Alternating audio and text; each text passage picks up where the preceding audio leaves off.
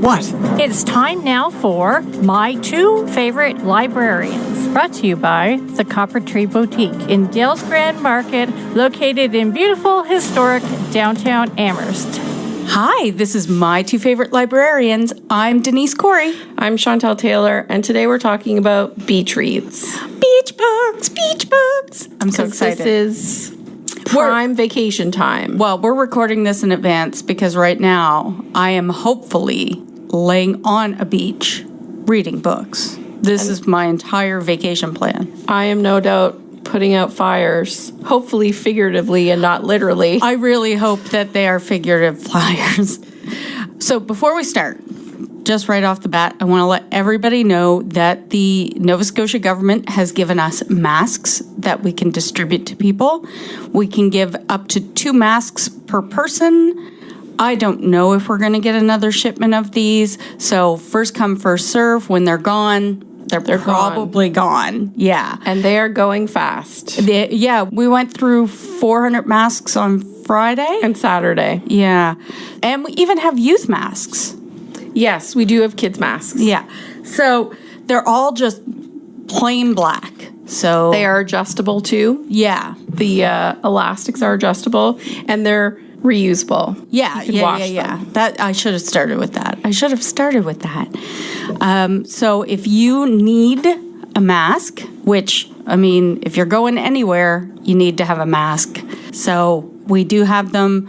We have them in Advocate, Amherst, Parsboro, Pugwash, and Spring Hill. So you can pick them up there. If they're out, we may be able to get them more. I don't know. Yeah. So I just wanted to start with that. Yes. And I've been hearing about it everywhere. I was at the liquor store the other day and they were telling people coming, because Friday was the first day with masks. You can get a mask at the library. Pharmacies were telling people, so yeah, they are going quick. They're going fast. But hopefully I won't have to deal with any of it because I'm going to be laying on a beach in New Brunswick reading books. Exciting. Yeah. If you could see my face right now. So let's talk about beach reads. When I think about beach books, I think about something that is either super trashy or super action-packed. I want just enough plot to keep it interesting. I don't want a lot of characters. I don't want to have to track them. I don't want to have to, memorize a bunch of things. So you're not reading Game of Thrones on the beach? No. I want a book I can put down and go for a swim. I want something that won't make me think too hard. Just light, fun. Relaxing. Yeah. I'm not bringing Les Miserables with me. I don't blame you. It has a lot of characters and is also like a doorstop. So, yeah, not coming with me. Although I did make it to page 268. Nice. Motoring right along. Maybe by this time next year you'll be done. I'm not going to guarantee take bets on that. No. I feel like you're going to hit a block when they start going into the history leading up to the revolutions or the student revolts or whatever they were, not the revolution. Yeah. We'll see. Yeah. We'll see what's happened. So far, Fantine is still alive. I assume that she dies. She must be hanging on for dear life. She's not doing well. Yeah. So anyway, yeah, I'm not reading that on my vacation. I'm just not. All right. So what are you reading? Oh, it's a hard choice. So right now, I have about 1 million books out from the library. Actually, that's obviously an exaggeration, but I do actually have 46 books home right now from the library. So I am going to pick from among those, but I'm going to bring probably 10 books with me for a week's vacation. Do you think that's enough? I don't think that I'm going to read 10 books. But what if, 6 of them you don't like? Yeah, this is why I'm bringing multiple. You might want to bring 20. I'm just going to show up with a suitcase. With sunscreen and a bathing suit and books. And a suitcase full of books. It's like, all right then. Yeah, so I have a variety of things. Yes. But they're kind of all over the place. So I'm just, I'm going to make a stack. I'm going to bring True Grit with me. Interesting. Never read True Grit. You're bringing some romance with you?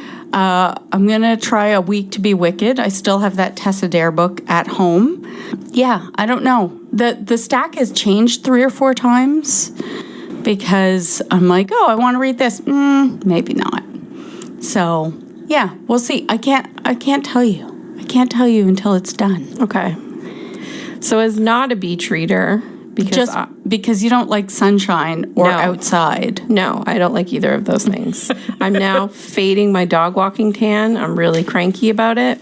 I had to look at some lists on the internet. To be clear, you're cranky about having a tan, not that it's fading. Other people get cranky because their tan is fading. No, you're I'm cranky trying because to you fade got it. a tan. Yeah, I'm now staying indoors. I've thrown out my sunscreen. I've now got more sunscreen because I'm wondering if it was like not quite up to snuff. Anyway, slathering myself in a 60, putting my hat on, going outside. Trying not to go outside. So I was looking at books of beach reads, and I'll post a couple of lists in our My Two Favorite Librarians page so you can see where I got my lists from.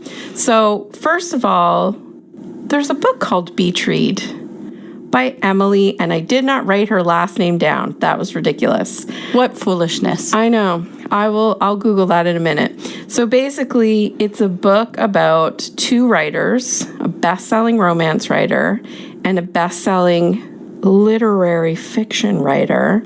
Would you like to guess which one is the man and which one is the woman? Mm-hmm. So they knew each other in college. They didn't like each other. They end up next door to each other in cottages, and they bet you write a happy book and you write the next great American tragedy, and they help each other write the opposite books. Trading. Yeah, they're trading off sort of genres. And this is a recommendation from Jen. She texted me and said, oh, have you read this book? And I was like, it sounds pretty angsty for me. She was like, no, it's really good. And they do a really good job, apparently, handling that sort of women writing romance and men writing like literature. Serious fiction. So Beach Read by Emily, no last name. I'm going to Google it. Google it right now. Pause, Ron. I've got 5 texts. Beach Read. Okay, so Beach Read by Emily Henry. Emily Henry. Maybe I'll add that to my list. You're going to have to go. I've just put it on the rush shelf because there's somebody ahead of me, so you're going to be behind someone else. Then it's not going to make it to my vacation. Big Summer by Jennifer Weiner. How do we pronounce her last name? Weiner. Okay. And I love her. I love her books. I feel like I've read the dog walking one where the lawyer gives up her job to become a dog walker and the sister's always stealing her stuff. I can't remember what it called. Something about In Her Shoes. In Her Shoes. Yeah. Yeah. She also live tweets The Bachelor. So she has like a really interesting Twitter where she talks about what you were just talking about for the last book, where women writers are often looked down on because that's chick lit, as opposed to saying that it's literature that resonates with women. They have to give it a derogatory term. And then she tweets about The Bachelor, and everything she does, I'm just like, you're awesome. She sounds delightful. Yeah, you should follow her. I wonder if she's on Instagram. Party for Two by Jasmine Guillory. She is one of my favorite romance writers that I've never... The Wedding Date? The Wedding? Yes. Okay. Yeah. And she's written a couple of books. She wrote one at Christmas time about... was a bit kind of Meghan Markle inspired. But it was about her... Hard to say. Say that 5 times fast. No, we'll do that on Tongue Twister Tuesday. Julie will put you on Tongue Twister Tuesday. But it was about her mom. So her mom is coming over and falls in love with like one of the royal staff. I think that's what it was called. It was called like Wedding Party or something. But Jasmine Guillory, I love her. You should read all of her books. That sounds fun. Another book that I'm hearing a lot about, I've heard it on a couple of different romance podcasts, and I just put it in my cart to order, is You Had Me at Ola by Alexis Daria. And it's about a telenovela actress who has a very messy breakup with her boyfriend, and she swears off men, and then, of course, gets paired up with a very, sexy actor, and hijinks ensue. And I'm hearing marvelous, marvelous things about it. All the Adults Here by Emma, I don't know how to pronounce it, Straub? Straub, yep. Already optioned for a TV series. What else did she write? Because I'm sure I've read something by her. Don't you have all of this memorized? Emma, no. Don't you know everything? Emma Straub. Books. The Vacationers, Modern Lovers. The Vacationers, that's one I read. Yeah. Another one that I just put in our cart to order is called, I'm clicking my pen, Real Men Knit by Kawana Jackson. I want to read that. It sounds amazingly good. I don't even care what it's about. I want to read that. I've got it in our White Hots cart. Another one that we've talked about the last couple of weeks was Red, White, and Royal Blue. That's another hard one to say. So I am about halfway through that book right now, and my loan from Overdrive has run out, and there are people waiting to read it, so I can't finish the book. Did you try it on Overdrive or Hoopla? No, I didn't. I'll try it on Hoopla. Are you enjoying it? I am. It's cute. Yes. It is. It would be a good beach read. Yes. So Red, White, and Royal Blue, another tongue twister by Casey McQuiston. Yes, the Prince of Wales, I guess. It's sort of like the Prince William, but not really. And then the...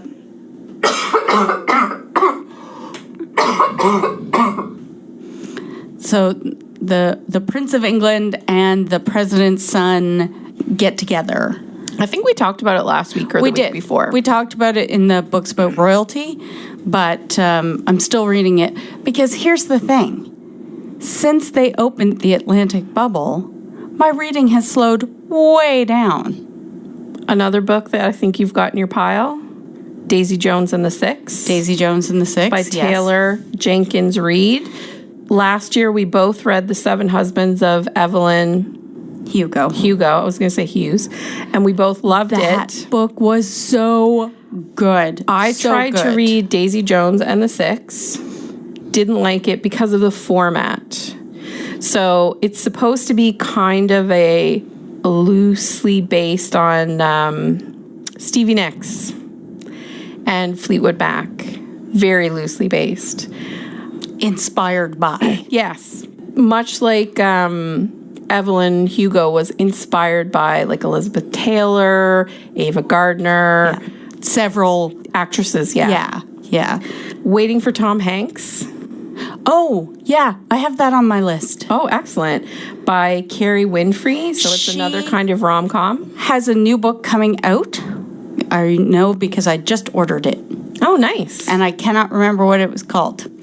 So one that I'm seeing on a lot of people's lists, I believe it's YA. It's called Clap When You Land by Elizabeth Acevedo. And I believe it's YA. And it's about two sisters who don't know each other until there's a plane crash that kills their father. And then they meet each other. That does not sound like a beach read to me. That sounds sad. It's been on several people's lists. It sounds Not sad. everybody wants to read fun stuff on their beach reads. Let me finish. So this book is loosely based. She's pointing her finger at me.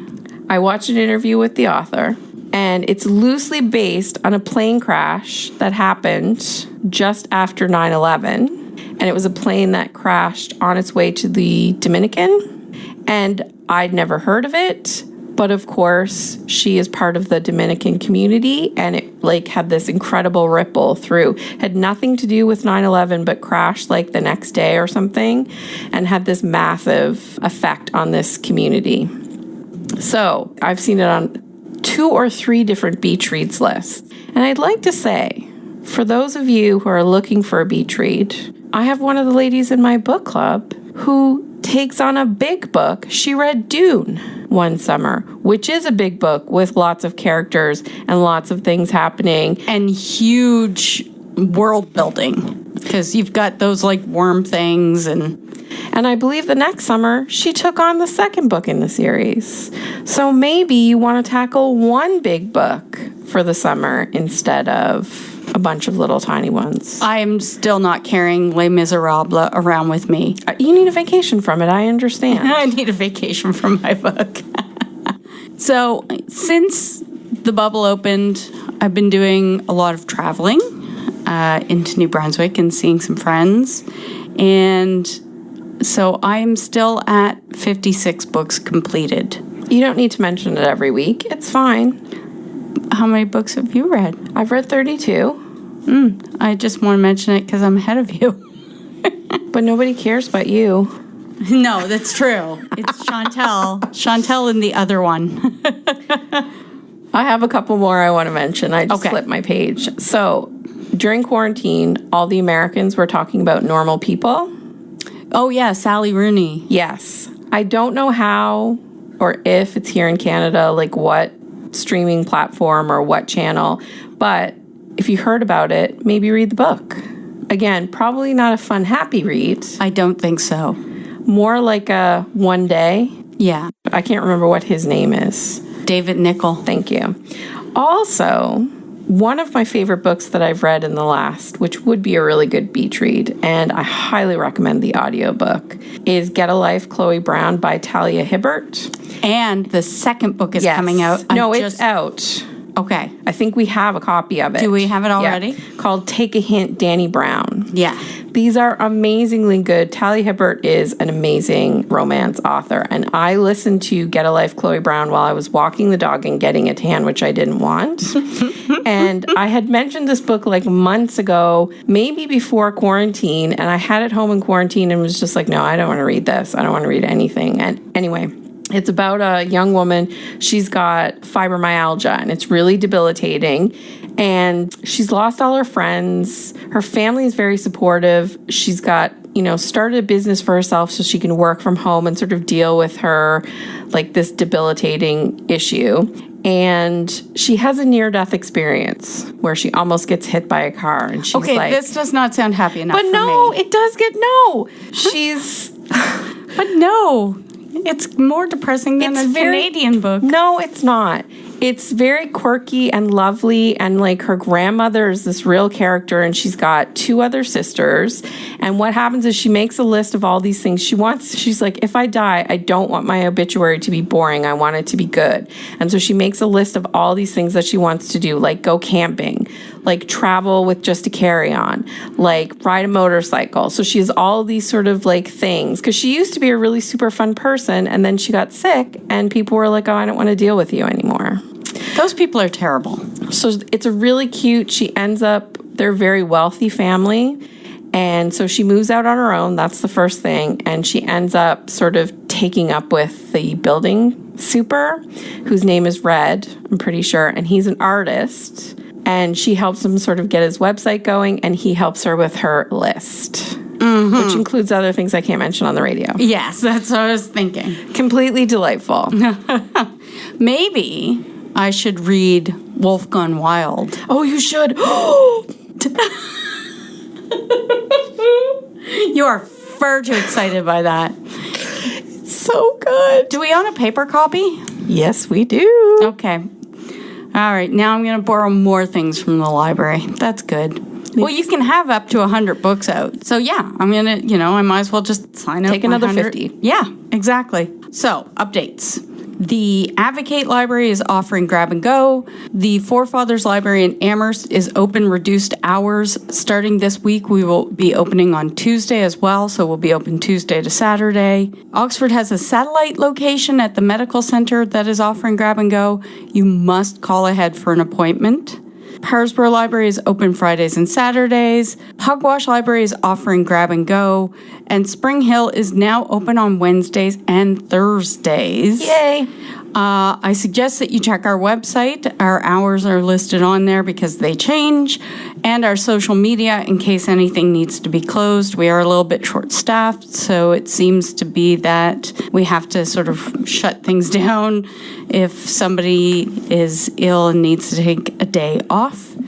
We also have Borrow by Mail. It is available to anybody in Cumberland County. So if you can't come into the library or you don't feel comfortable coming into the library, we will mail you books, DVDs, jigsaw puzzles, whatever fits into a mailer bag. We will mail to your house or P.O. box or whatever your mailing situation is. And we have Overdrive and Hoopla, so you can get ebooks, audiobooks, movies, TV shows, music online for free with a library card. Summer Reading Club is still happening. There's still time to come in and get your summer reading journal and put in ballots for prizes. We'll be taking ballots till I think the 23rd of whatever the Wednesday is, 23rd of August at 5 p.m. So you can email us ballots at information@cumberlandpubliclibraries.ca or give us a call. We are not taking physical ballots, but staff will fill them in and put your ballots in for you. So get your ballots in and join Julie on Facebook. She's continuing to do daily programs, songs, stories, crafts, tongue twister Tuesdays. The Tongue Twister Tuesday with Adam was delightful.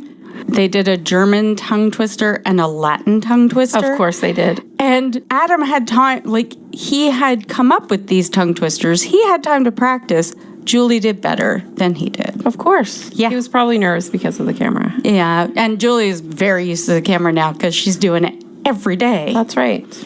Right now, I am reading Tidelands by Philippa Gregory. Oh, So that was on a list for summer beach read. Well, I wouldn't call it a beach read, but when we were talking about royalty, we had talked about Philippa Gregory because obviously she wrote a lot of books about royalty. So this one came across, I saw it the other day. It's a new audiobook. So the hard copy of the book came out in November of last year, I think. And so then I've got the audiobook now. And it's set in England in 1648. This woman named Eleanor, she's got 2 kids. She might be a widow. She's not sure. Her husband never came back. Is he dead? Did he disappear? They're living kind of a hand-to-mouth life, and she meets a handsome stranger.